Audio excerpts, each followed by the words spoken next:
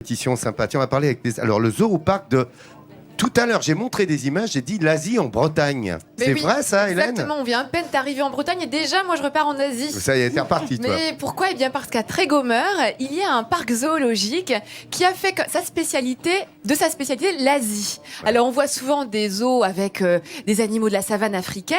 Donc là, c'est un petit peu plus original. Alors, est-ce que vous connaissez, par exemple, la martre à gorge jaune, l'ours malais ou le panda roux? Ah non. Non. Bien Sois non. poli, s'il te plaît. Ce ne sont que des espèces qui viennent justement d'Asie. Donc c'est une belle... Le panda roux, c'est le truc qui saute, non? Alors non plus. Non, ça, c'est le loup-garou. Il est tout petit, hein, le panda roux. Il est tout petit, il est roux. Ah ouais, Ah ouais. ah ouais, c'est ça. Et on les trouve ici. Et alors on les trouve ici à Trégomer, dans un parc zoologique complètement dédié à tous ces animaux d'Asie.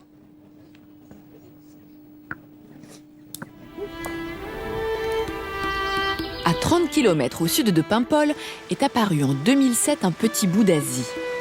C'est ici, au milieu d'une forêt dense, que se trouve le seul zoo français dédié uniquement aux espèces asiatiques. Ce parc animalier fait côtoyer 50 espèces d'animaux. Mais aujourd'hui, un étrange résident fait son entrée dans le parc. Les lémuriens s'étonnent de voir ici, au milieu des côtes d'Armor, une statue en provenance de Bali. Sous le regard intrigué de ce pan qui ne rate pas une miette de cet étrange spectacle, cet événement du jour affirme aujourd'hui l'identité de ce jeune zoo. C'est un des ADN du parc, pour ne pas dire le principal, la présentation de la faune, de la flore, voire de l'architecture, asiatique. Et l'Asie est très peu représentée dans les parcs zoologiques français, en tout cas dans une unicité. Tout le règne animal existe en Asie, donc l'idée de faire que j'ai eu de faire un parc zoologique, auto-centré autour de l'Asie, ça paraissait quelque chose d'original. Regardez, même les animaux sont contents, regardez. Regardez le petit écureuil du Japon. Cette nouvelle curiosité semble faire l'unanimité.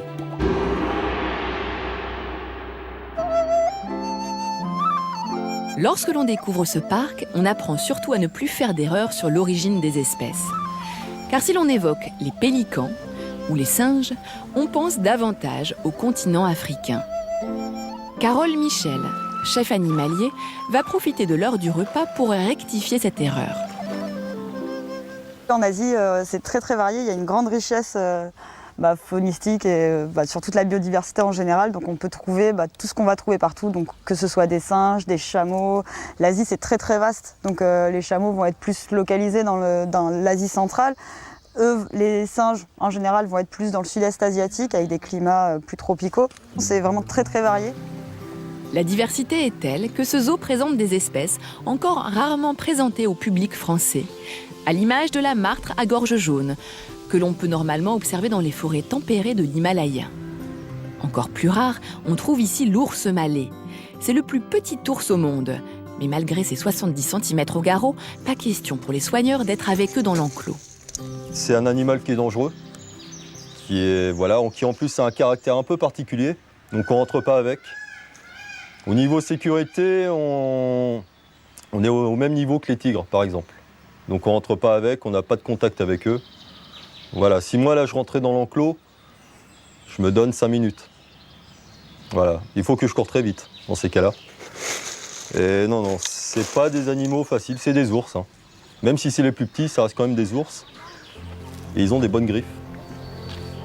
Et même s'il sait se défendre, l'ours malais est très menacé en Birmanie et en Thaïlande.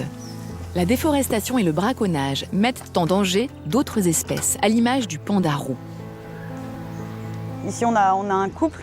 Donc on a Gordy, qui est notre gros mâle. Donc il se reconnaît assez facilement parce qu'il a un masque plus défini. Et Nihima, donc notre petite femelle, qui se reconnaît parce qu'elle est plus petite et qu'elle a un masque beaucoup plus clair et un petit peu des cernes en dessous des yeux. Si ce couple a déjà donné naissance à des petits, aucun d'entre eux ne pourra être réintroduit dans son milieu naturel tant que les problèmes de déforestation ne seront pas réglés. Le zoo a alors pris une décision. Le zoo là, participe à Red Panda Network. Donc c'est un programme en fait, qui vise à lancer des programmes de reforestation. Comme c'est une très belle espèce, c'est très bien, c'est une espèce qu'on dit parapluie. C'est-à-dire en protégeant le panda roux, on va pouvoir protéger toutes les espèces qui vont agir aussi dans la forêt. Donc ça a un grand impact.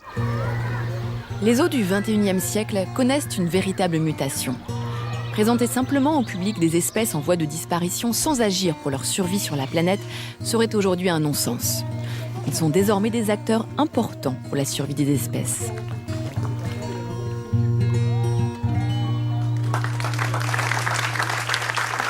Et d'ailleurs, sur les 50 espèces animales qui sont présentées dans ce zooparc de Trégomer, il y en a plus de la moitié qui sont justement inscrits dans des programmes d'élevage européens pour justement aider ces espèces qui sont menacées en Asie. Alors juste quelques petits mots sur cet ours malais que l'on a vu dans le reportage.